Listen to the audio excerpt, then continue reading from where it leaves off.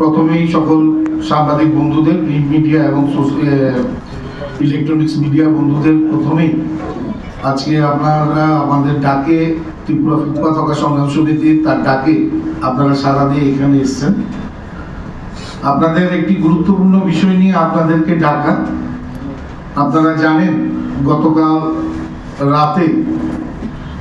এমন কি পরিস্থিতি হয়েছে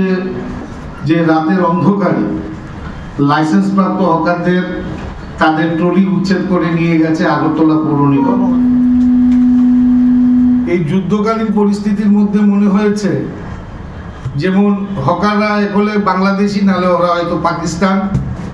নাহলে মনে হয়েছে ওরা আতঙ্কবাদী, যে রাতের মধ্যেই তাদেরকে যুদ্ধকালীন পরিস্থিতির মাধ্যমে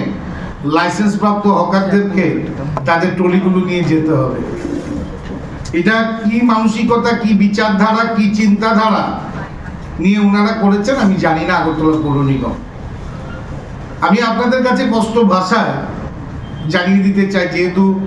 ত্রিপুরা ফুটপাত হকার সংগ্রাম সমিতির রাজ্য সভাপতি আমি, গত 18 বছর ধরে এই ফুটপাত হকার নিয়ে কাজ করছি। আপনারা জানেন 2016 সালে হাইকোর্টে আমরা 4 জন, পরবর্তী সময় 102 জন, বিগত বামপন্থ সরকারের আমলে আমরা বিরোধী করা সত্ত্বেও আমরা 106 জন দিয়ে আমরা হাইকোর্টে পৌর নিগমের বিরুদ্ধে আমরা কেস করেছিলাম এবং 2016 সালে 6 মাস পর আমরা সেই কেস জয় লাভ করেছিলাম। তখনই মহামান্য হাইকোর্ট নির্দেশ দিয়েছিল পৌর নিগমকে যে একজন রিটায়ার্ড পার্সন জজ, 5 জন সরকারি আধিকারিক এবং আমাদের বিভিন্ন রেজিস্ট্রেশন প্রাপ্ত যে সংগঠনগুলো আছে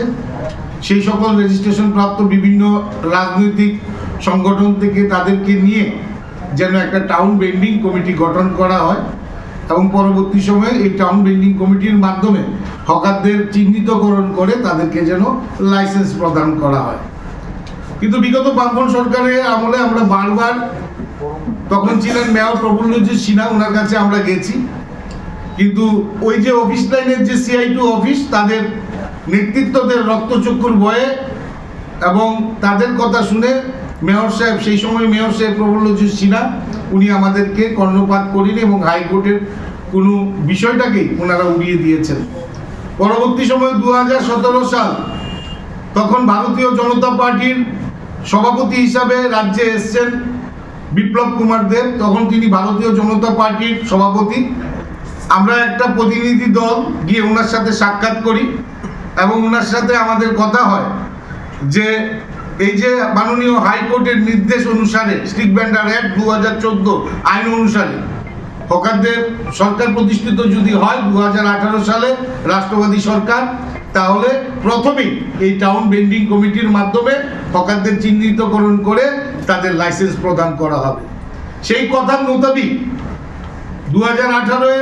আগে আমরা প্রায় 3000-এর উপরে এই রাজ্যের আগরতলা শহরের শ্রমিকরা এই রক্তচক্ষু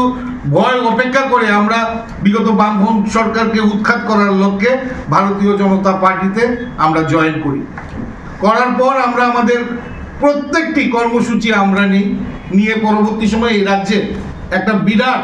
পরিবর্তন আমরা করার সকলে মিলে সেই সাফল্যতা পাই। তার পরবর্তী সময় হকারদের জন্য আমাদের দেশের মাননীয় প্রধানমন্ত্রী, উনি একের পর এক বিভিন্ন প্রকল্প হকারদের জন্য